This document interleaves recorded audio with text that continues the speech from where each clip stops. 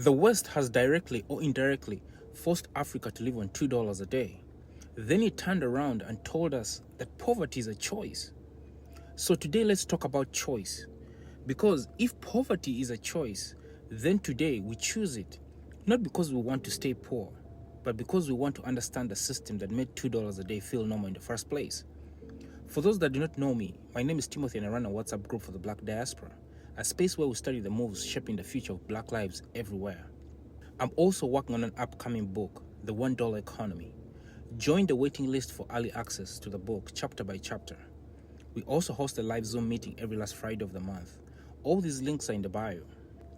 For decades, Africa has been managed, measured, and judged by a number that was never meant to give us dignity. $2 a day. That number doesn't represent living. It represents endurance. It doesn't ask simple questions like, can you plan a future? Can you afford mistakes? Can you rest? Can you build wealth? It only asks one thing. Did you survive today? And if the answer is yes, the chart goes up and the world applauds. Africa wasn't designed to fail. It was designed to endure quietly. Wages are suppressed, currencies weakened, raw materials extracted, and finished goods sold back at global prices. And then when people inevitably struggled, the story became moral instead of structure. You need to work harder. You need to be resilient. Poverty is a mindset. So what is the $1 economy? Let's start with what it is not. It's not charity, it's not aid, and it's not socialism. It's a design question. What would an economy look like if it was built for the majority and not the elite? The $1 economy says this. If most people earn little, then the system should meet them where they are, instead of excluding them by design. The core idea is simple. Every essential service should have tiers.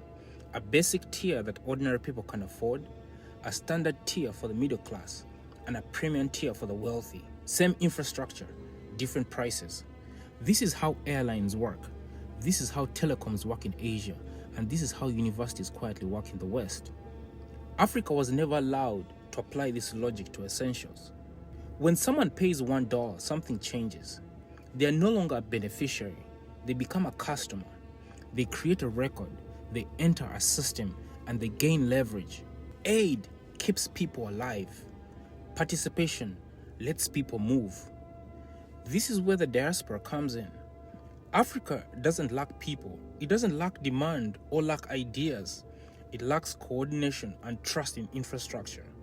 The diaspora understands both worlds, how Western systems are built, how African realities actually function. The $1 economy isn't about saving Africa. It's about owning the system Africa runs on. Everything else we talk about flows from this. Digital identity, food logistics, energy access, transport, healthcare, regional trade. None of this works without an economy designed for participation. So before I go, if poverty is a choice, today we choose to confront it. We choose to study it. We choose to redesign it. We choose to replace survival economics with living systems.